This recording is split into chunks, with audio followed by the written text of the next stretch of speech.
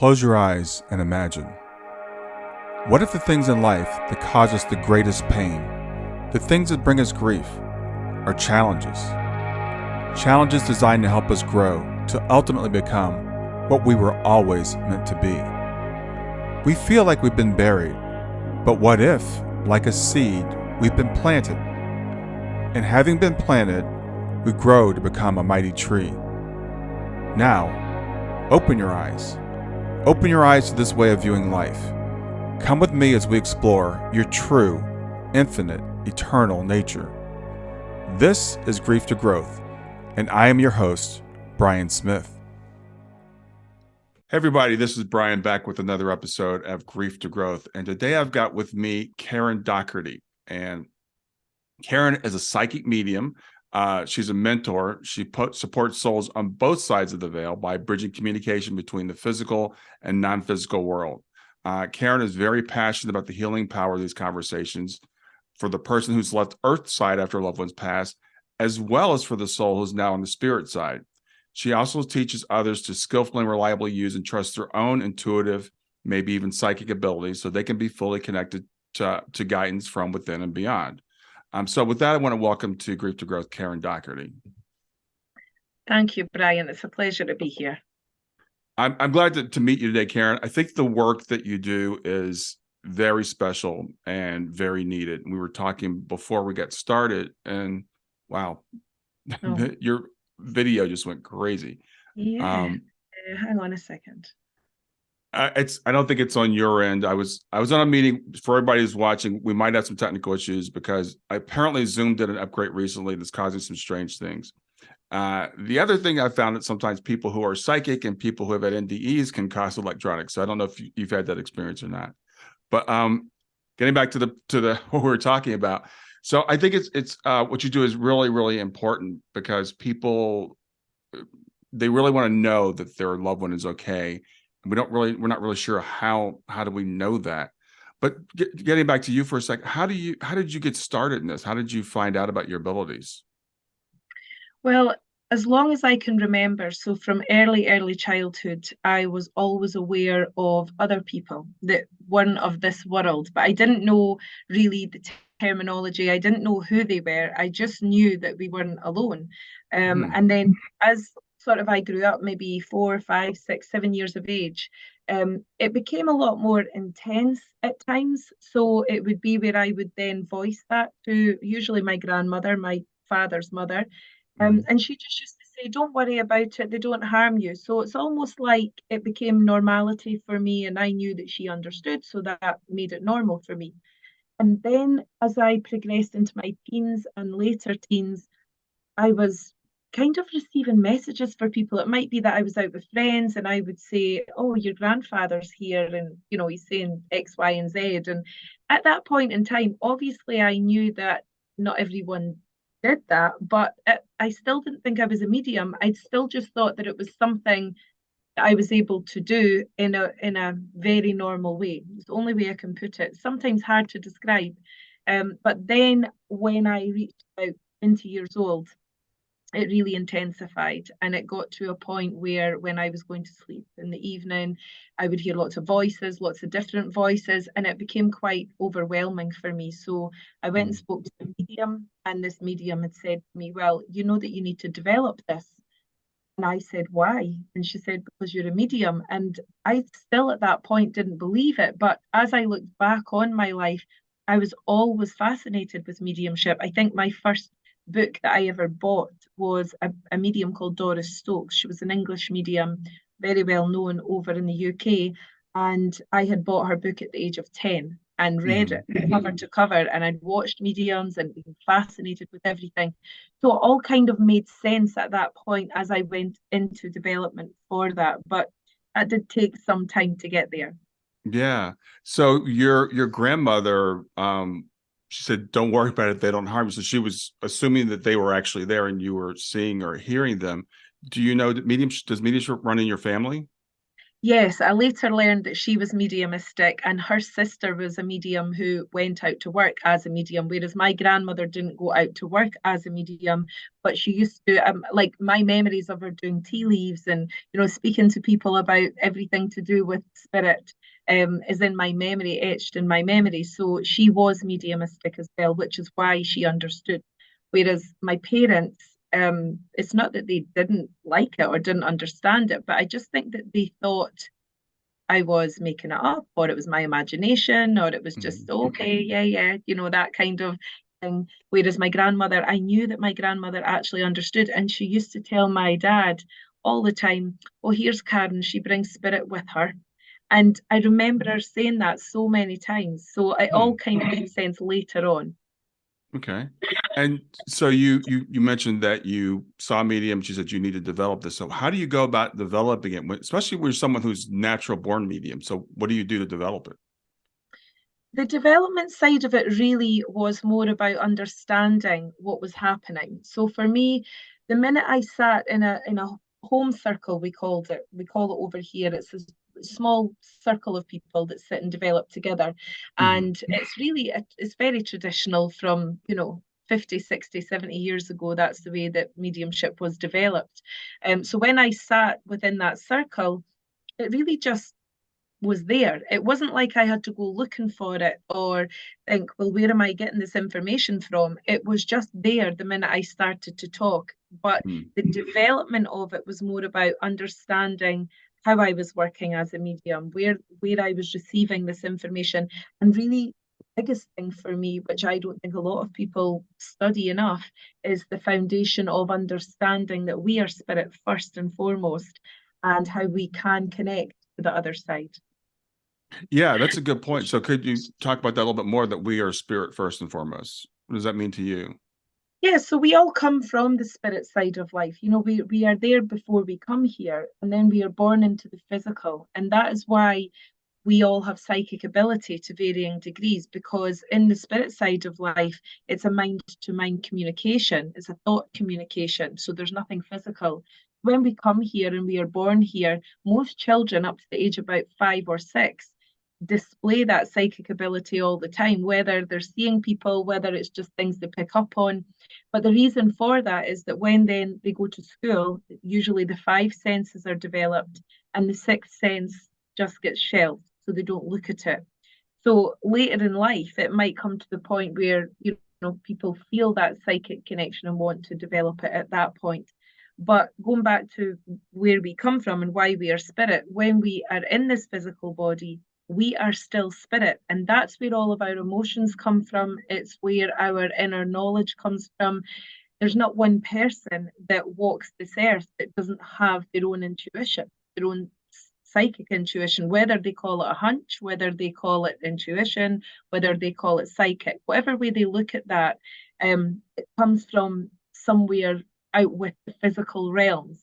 Hmm. It doesn't come from the mind, it comes from the gut feeling, which is the inner part of you, which is the psychic and the spirit part of you. So that is how we know that we are spirit in human form. And then when the body dies, the physical body dies, through whatever circumstance that might be, the spirit goes home. And then as soon as we are home, we know where we are. We know that we are home in spirit, and we know that we continue to exist in a different realm. Yeah, I think it's a really important point, and it's something that I really didn't come to an understanding until much later in life, that the pre-existence of the spirit. I think a lot of us still think of ourselves as our bodies, or even in some traditional faiths, people think that you're created in the womb, and that's when you come into being as an entity. But I think the reality is that we've always existed, that we are spirit, and that's a really important point that you made there, that we come from spirit, we have this physical experience, and then we go back into spirit.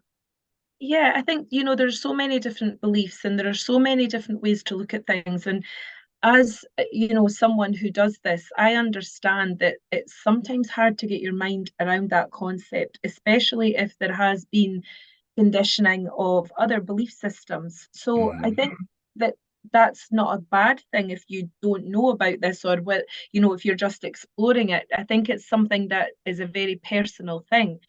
But I always say the life force comes from spirit. The life force doesn't come from the physical, it comes from spirit. So we have to have been there first to come here. And there are so many kids that talk about their, memories sometimes and people will say it's reincarnation and call it different things. But sometimes it's just a memory of what went on before. So there is a lot of evidence, and actually scientific evidence as well, that backs up the fact that there is a spirit or soul within the human form.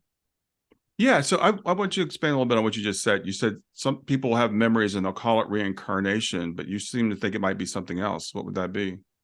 Yeah, well, reincarnation is a wide, wide topic, and Hmm. people think that reincarnation is the same person coming back again and reliving life as someone else, when it really isn't.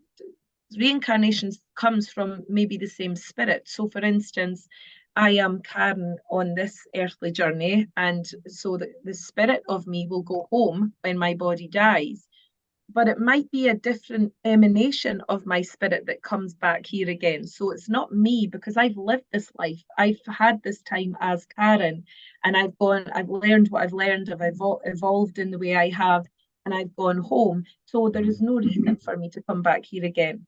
So when children particularly talk about, memories of things that they couldn't possibly know, and a lot of the stuff checks out. When people check the information out, it's there, it's valid Right, evidence. right.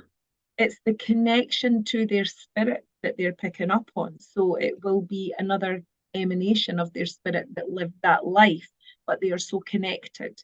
And I think Mm. that's the important thing to remember, is we are very, very connected to spirit, our spirit, to the great spirit or source, whatever you might call that.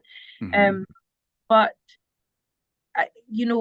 our minds can get very confused with how it all works. And I think sometimes, Yeah. particularly with past life regression and things like that, I feel it can sometimes do more damage than good, because then people don't know what to do with that information and they don't know Mhm. where to go with it. I appreciate you saying that. And there are a lot of paradoxes out there, and a lot of people come to me and say, well, which is true? Is it this or is it this? Do we live one life or is there reincarnation? And I've come to the conclusion that you have.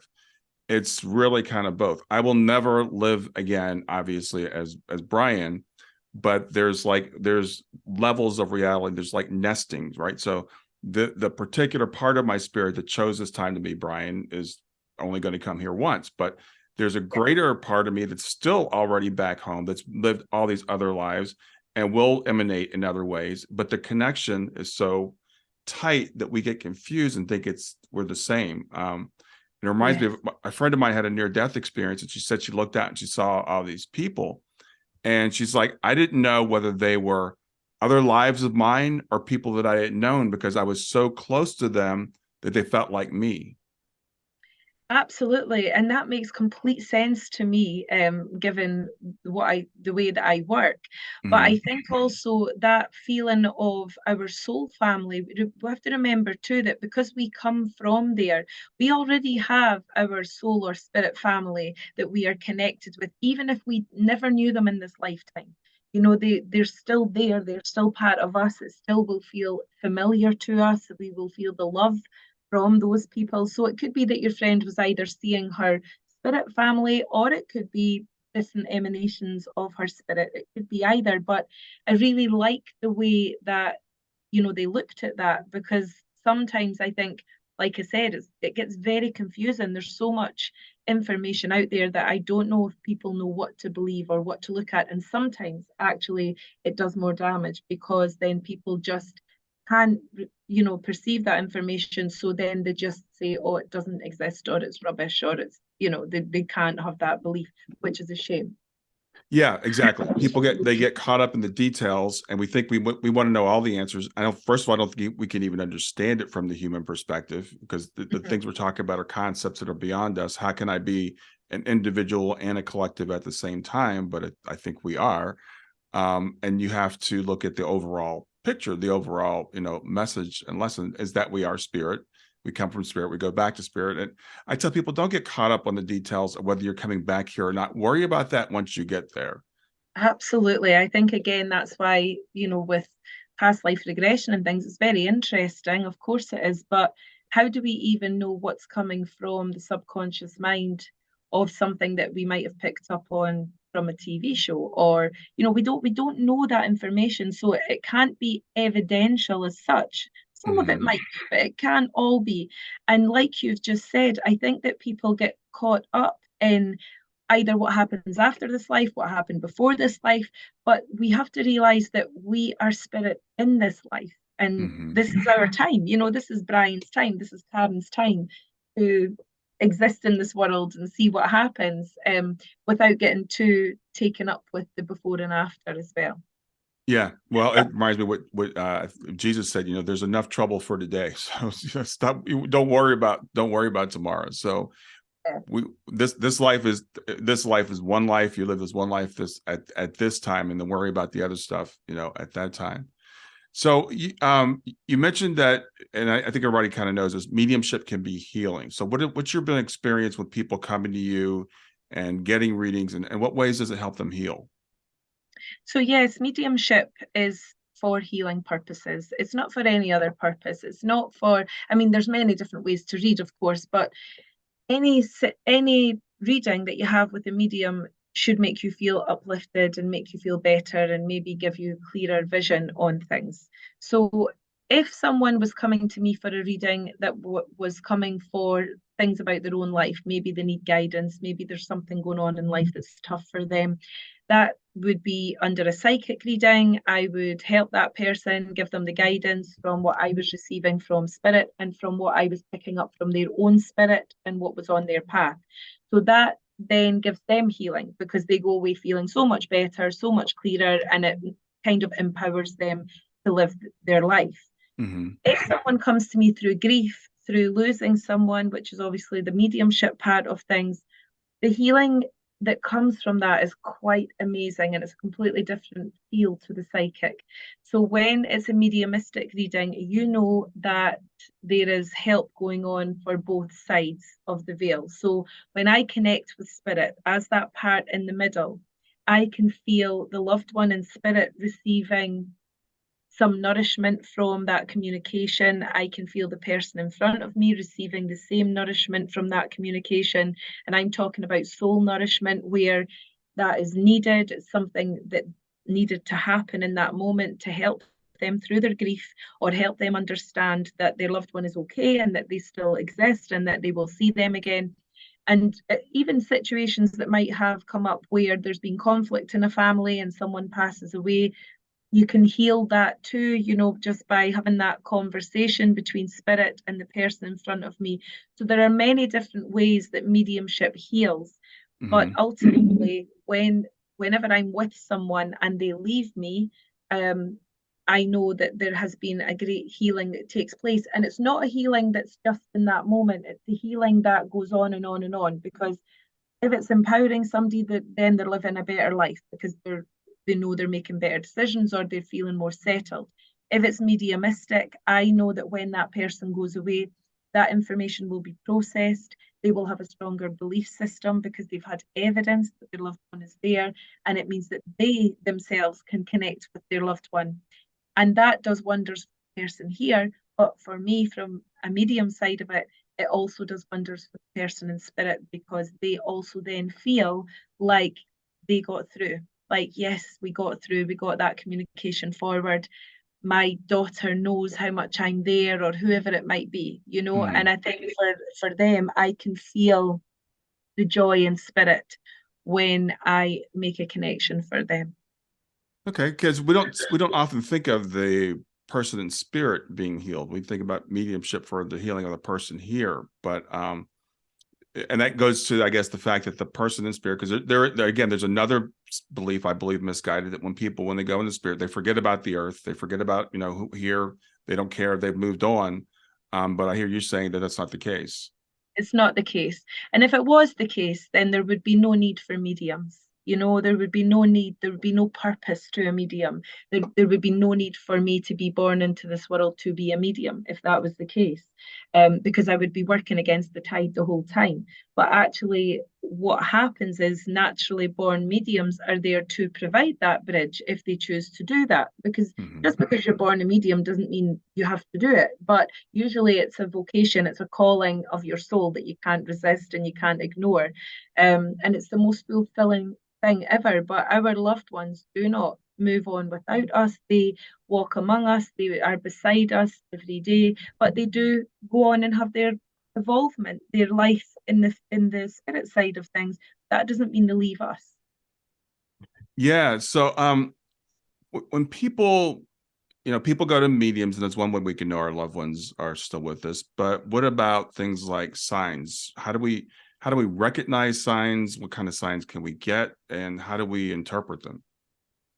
There's a lot of generic signs that you hear people talk about. So white feathers, certain types of birds, coins is another one I hear often. And these are very generic signs. Now, I don't mean that they're not there and they're not real. They are real and they can be real.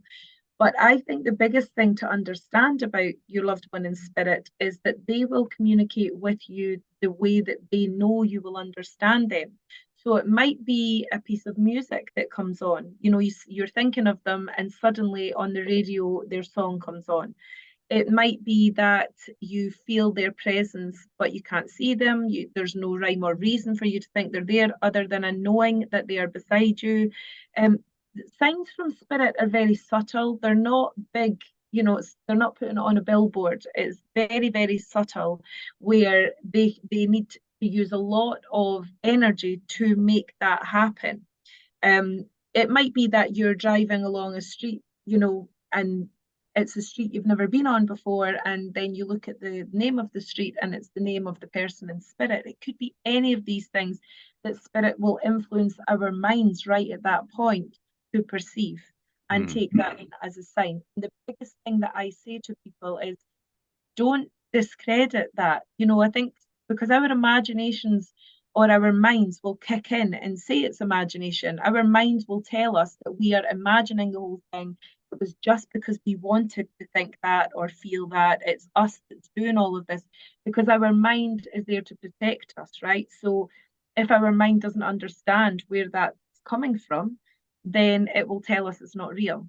And so we have to be strong enough then to go into our spirit and our gut instinct, intuition, and feel that that was real. And we have to believe in that. And the spirit one, and the person in spirit will be overjoyed that that sign and that message and communication got to their loved one. Yeah, it's interesting because I've talked to a lot of people that say I don't get signs, and typically once I dig into that conversation, we'll say, well, except for this and except for that.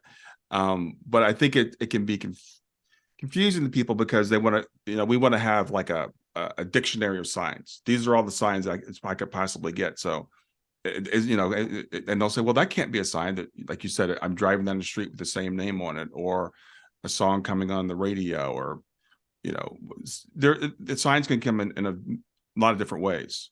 When my mother passed away to spirit 7 years ago, my sister and I had bought her concert tickets to see Barry Manilow, who she absolutely adored. In a way, we bought them for our Christmas, and it was in a way to kind of help, kind of boost her and make her fight, and stay, Hmm. something to look forward to. Anyway, she passed away in the February, and the concert was going to be in the June. And my sister and I decided we would still go. So on the morning of that concert, I got into the car, and as I put the radio on, I heard the DJ saying, I've got a very excited lady on the line, and we're going to talk to her right after this song. And I had said to my partner, this is a message from my mum. And he Hmm. said, what do you mean? I said, I absolutely know this is going to be a message from my mum. So anyway, the song played out. The presenter came back on and said, who am I speaking with? And the woman said, Catherine, which was my mum's name. Hmm. And he said, and why are you so excited today, Catherine? And she said, because I'm going to see Barry Manilow with my two daughters. Oh, wow. It was amazing. And I knew it was coming. I didn't know what was going to be said, but I knew it was going to be something because I just felt that connection. Hmm. And then obviously when I met with my sister, I told her, and that made the day amazing because we knew that my mum was there. Now, there was a real woman on the end of that phone called Catherine, and she Right. was going to the concert with her two daughters. So if I allowed my mind to come into it, I could make that logical. I could say, well, it was, it was coincidence. Hmm.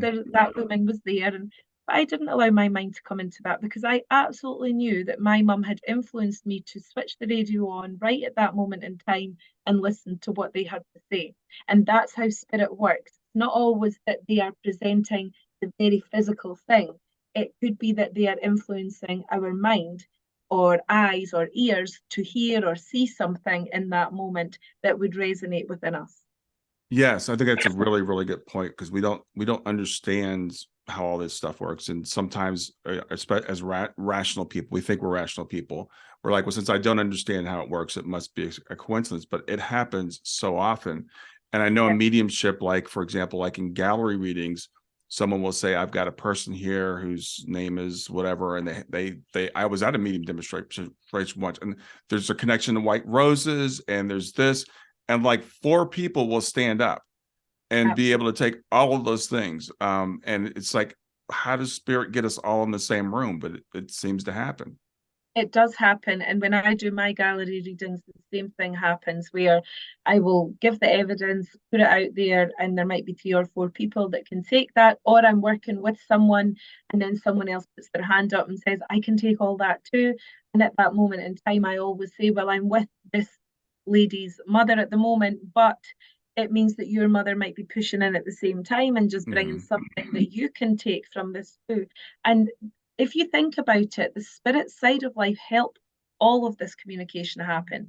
So quite often at a gallery reading, I will be working with someone and then someone else will come in. I know that that first spirit has helped that second spirit come forward if it's needed. Because Hmm. sometimes the link is stronger with some and it's not so strong with others. That can happen, it varies. But they will help one another. So it makes sense that if two people have very similar things that they can look at, then it makes sense that that will happen at the same time. Yeah, like I said, I've seen it happen so many times, and some people are criticizing. Well, it's because the medium's giving out things that are generic, I and it's not, understand. and it's not. I've seen it be very specific things, and it's pretty amazing that these people, like I said, they end up coming together. We don't understand how it works.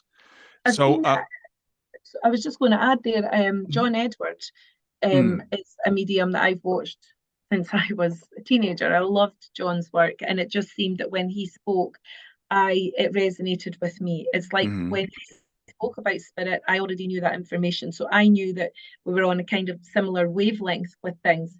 mhm. And there were many gallery readings that I would watch of his, and it would be that the information was so specific, like you said, but two people could take it. But more than that, they were usually sitting together and they were strangers, Yeah. where they sat next to one another. And it's quite unbelievable in some ways, but it happens. So you're absolutely right.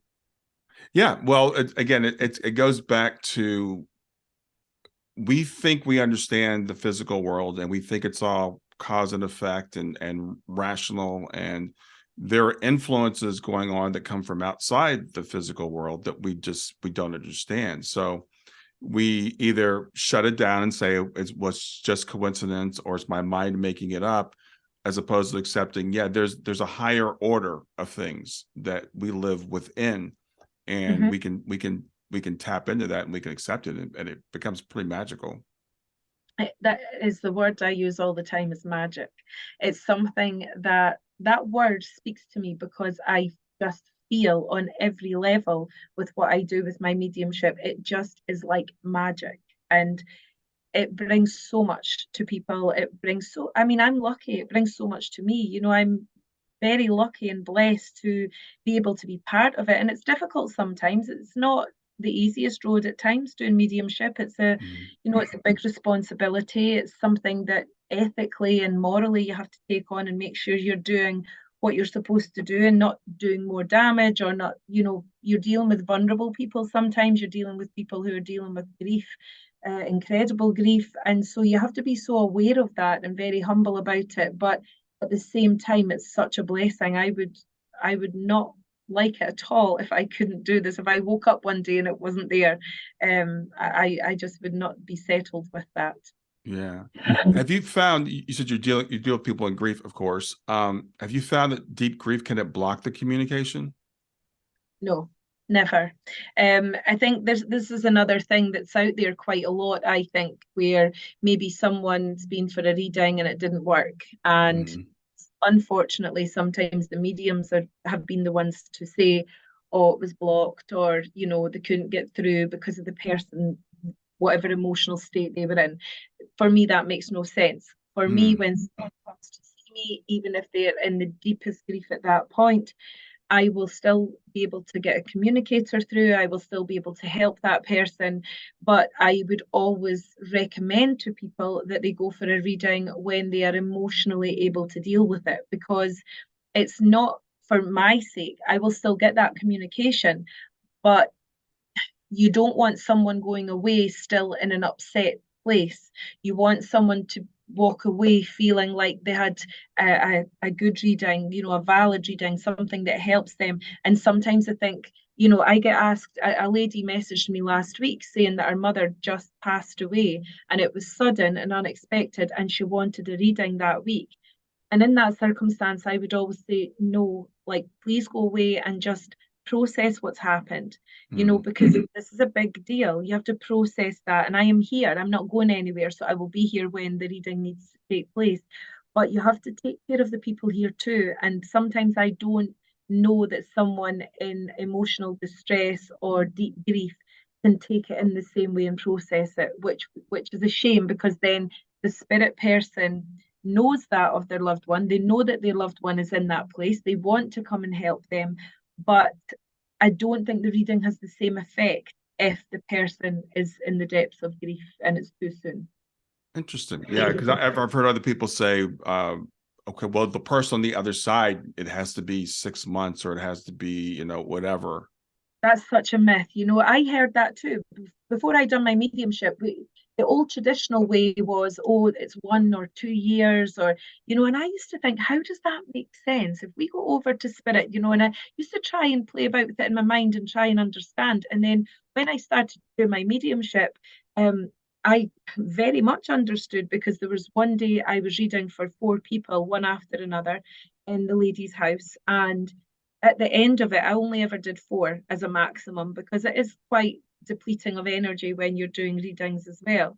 Mm. And the woman said to me, please, could you read for my friend? She just came in. And I said, Ma'am, I don't normally do that. And she said, please, I don't want to leave her out. And I said, okay, I'll give it a go. Once the lady sat down, I received communication straight away. I told her who I had, the name of the person, his wife's name, that he had 2 daughters, that he died on an aeroplane from abroad.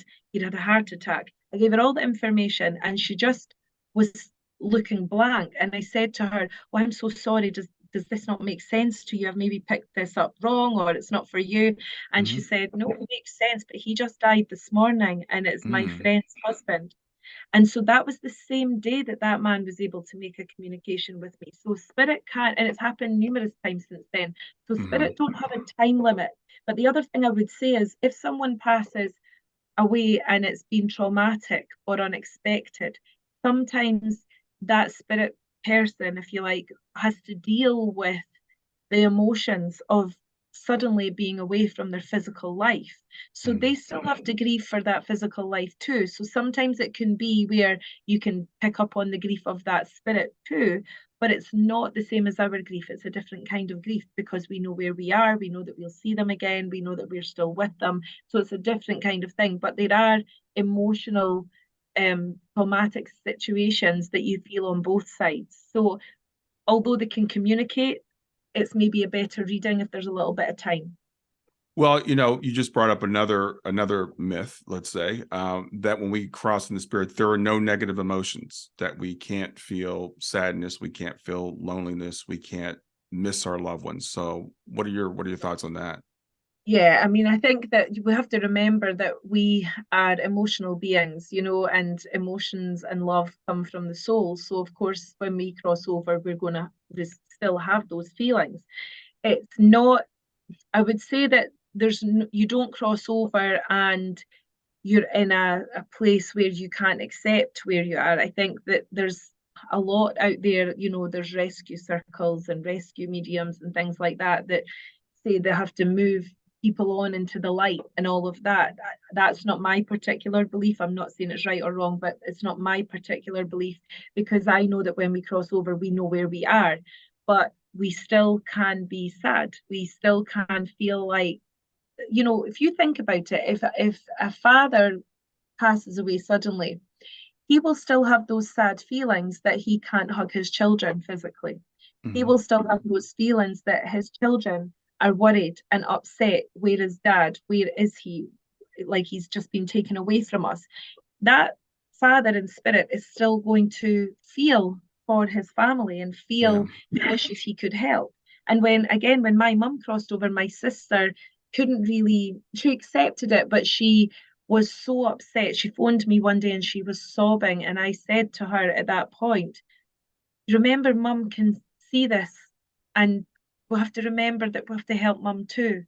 And that kind of startled her a little bit. And I said to her, I don't mean that you crying is upsetting her, because I really didn't mean that. What I Hmm. meant was, let's realize that spirit also have got healing to do, and spirit also have these emotions. So I was kind of telling her that to help her, which it did. And in the Hmm. end, she said, I never thought about it like that. Now I know that I have to be strong and get through things. And that doesn't mean that somebody shouldn't have grief and shouldn't sob their heart out, if they've lost someone. It just means that we'll have to realize sometimes that's happening on both sides. The healing over on the other side is slightly different because, Hmm. like, again, they know where they are, they know they are home, they know that this physical life is a very short speck, in the grand Right. scheme of Right. things. So, and we have to remember there's no time in spirit. So there's no physical time. There's only time in this side of life. So if someone crosses over and it's another 20 years before you cross over, for that 20 years, the minute you're with them again, it's like you've never left. It's like you've never been apart. Hmm. That's why spirit often come through mediums and say, go and live your life. Don't worry, I'm here. Go and live your life, live your best life, live for me. And then Hmm. I will see you again. It's because they don't lose any time. Wow, what you just said just gave me goosebumps because just yesterday I was talking to a father whose son passed away at 18, and and it's only been a year, and the guy, of course, is distraught, and he's like, he's missing so much, I just he's missing so much. So, what comfort would you give to a parent that says, my child died young, and now they're missing everything, and I'm going and living my life?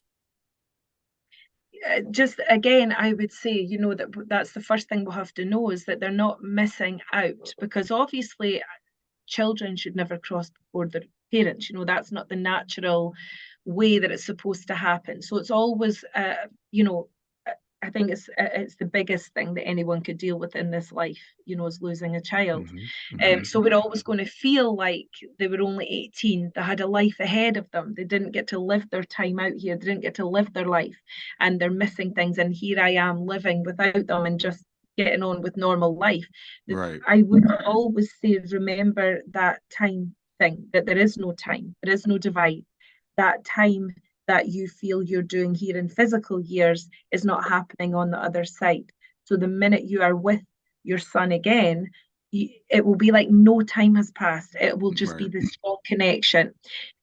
We have to also remember in that the child, so the 18-year-old that's on the other side, he won't feel like he's missed out on things. He will know where he is, and he will understand that he didn't get as long here as hoped or planned, or whatever that might be. Hmm. But it won't mean that he doesn't evolve on the other side. And the other side is a world of thought.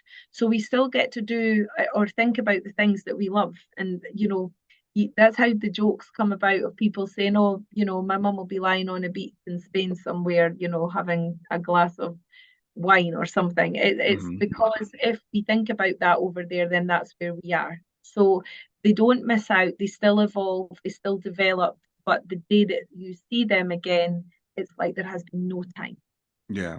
Well, I think these are really interesting points, and I always have to be careful because people will sometimes, especially people in grief, will take them and run to an extreme. So Hmm. if you say like, I think there's good intentions when people say, well, people on the other side don't have negative emotions because then we don't have to worry about them. Hmm. But it makes sense. We're still human, and the way I look at it, and you tell me whether you agree. I think they feel bad for us because, like you said, they know where they are. They know we're going to see them again. They know it's like no time to them, but they look at us and they see us grieving. And it's like when a parent looks at a child and your child's on the floor throwing a tantrum. You feel really bad for your child, but it's just a tantrum, and it's just because they couldn't have a cookie. And Hmm. I think that's how it is for when people in spirit look at us. They're like, and that's why they say to us, go live your life, everything's okay, everything's going to be all right, it's fine, it's fine. And grieving is okay, grieving is natural, we're supposed to grieve. I know people, like you said, when your mother passed, it sounds like you have gone through a grief process, so it's normal. So don't feel like also that like you're blocking them by grieving, because I've heard that too. Yeah, no, you'll never block anyone by grieving. Grieving is part of loving that person, and that is you have to express that whatever way that you need to express it. You will see that people grieve very differently. Some people just are able to pick up and get on with things. Other people could be in grief for a long, long time. So we all deal with it very differently. And Hmm. no one should worry about that. That is a completely natural place to be. But if we are truly connected to that loved one in spirit, which we are, then we have to understand too that no, they don't want us to stop our lives here because their life stopped here. They want us to go on and do the things that give us the best life, that give us that experience here that we should have. And I think you've made a point there, and I agree with it, that it's more about leaving the loved one. It's more about knowing that they will suffer. So my Hmm. mum was ill before she passed, so we knew that she was going to pass. And my mum's fear all the way through was about leaving her kids and her grandchildren. It wasn't necessarily about dying. It wasn't necessarily, I mean, obviously she's sad because she's not going to be here and get to live. She was young, she was 61. So that's young to pass to spirit. But, I had a conversation with my mum about that at the time, and I said, you're young, this is awful. And we were talking about it. And she said, yeah, but there's children that pass away. There's people younger than me. I've had 61 years in this lifetime, and she was very positive. So she wasn't frightened to go. She knew there was an afterlife, but Hmm. she was frightened to leave her family. So sometimes it's more about that feeling of watching them suffer or knowing that they will suffer because of Right. the grief. But unfortunately, it is part of life. And as much as I don't think things can be prevented sometimes, people say, well, maybe it was supposed to happen. That's another thing that I hear a lot within my mediumship, that people will say, like I was speaking to a woman last week and her son passed away at 18. And she had asked me, was that the plan? Was that his life's journey? That's not something I believe. He Hmm. passed through an accident. So for me, I was saying to her, that was an accident. That's exactly what it was. It was an accident. Spirit can't come in and change the physical things sometimes. Like my mum had cancer. Now, if spirit could come in and take that cancer away, they would do it, right? Because they want to be here as long as possible. But that can't happen because unfortunately that's the human side of things. That's the physical realm that we live in, and physical things happen. So I Hmm. don't necessarily believe that things, people are meant to pass right at that point. Um, there's different beliefs on that, and I respect every single one of them. But personally, for me, that didn't make sense to me. Yeah, and that's one of those ones that I still wrestle with, because people are very adamant about either everything is planned or nothing is planned. I kind of think it's somewhere in between. I think there's an overall arch of our life. There are things that are a lot more probable than others, and I think spirit, if we want to use that term, is really good at calculating those probabilities. So this is where your life is probably going to go, but there's also free will, and there's sometimes stuff just happens. Absolutely. So But free will takes us through a lot, like, and that should, because that is what we are here to do, is have that free will and have that human experience. mm-hmm. But the soul knows everything. And I think if you think about people that have passed away unexpectedly, but just, an hour before the man phoned his wife to say, I love you, and he never does that on his way home from work, and then unexpectedly he passes away. The soul knows. The soul Yeah. knows what's coming up, but that doesn't mean it's planned, but the soul still knows. So the soul will prompt something like that, that I love you, but it doesn't mean that the conscious mind knew that it was going to happen. Yeah. Well, again, we can get in some of these dilemmas because I know a lot of times spirit will tell us something that's coming up through a medium or through a dream or whatever. But then we also know that sometimes spirit is surprised. I've heard some mediums say, oh, they always know like 6 weeks before you cross over or something like that. But I've heard people that have near-death experiences. It's like they get there and then they turn around. They're like, wait, you're not supposed to be here. And they send them back. Yeah, and your spirit will always fight for that survival, I think. The human part of you will fight for survival. So if someone has a near-death experience and they do kind of go into that place in between the two, and spirit say to them, you're not supposed to be here, or like turn back, or whatever it might be, or they felt themselves that they didn't want to go at that point and they fight to come back, then again, that's a free will thing, and that's a strength of spirit. And the same goes for someone who passes away. Like my grandfather passed away when we weren't with him. We'd sat with him the whole day, and I had said to my mum, I think he's going to go when we're not here. He won't go when we are next to him. He won't. He'll just not do it because he won't want us in the room. And that's exactly what happened. And in fact, I called her that night and said, and this was years before my mediumship, and I called her and said to her, oh, you have to go back. I have a feeling he's going tonight. You have to go back. And she said, no, no, he's fine. He was settled, and she just wouldn't listen. And he did pass away. And then afterwards, she said to me, why didn't I listen to you? And I said, you weren't supposed to. Like, I was obviously picking up on the feeling of him moving in some way or detaching in some way. But that can happen with your own sixth sense about something as well. Like, I was in a car crash, unfortunately, last year, and it was only me in the car, and the car went into a full skid, and I couldn't be in control of the car. But what happened before that, I was traveling for an hour, and I kept thinking, what would I do if I was trapped in a car? What would I do? Would I get out? Where would I get out? And I kept going through, and then I kept kind of bringing myself to again and saying, why are you thinking that? That's a really negative thought. Push that out. You don't want to be, thinking like that. But it kept happening. And then an hour later, turned a corner, full skid, went straight into a wall, into a tree, and the car was a complete wreck.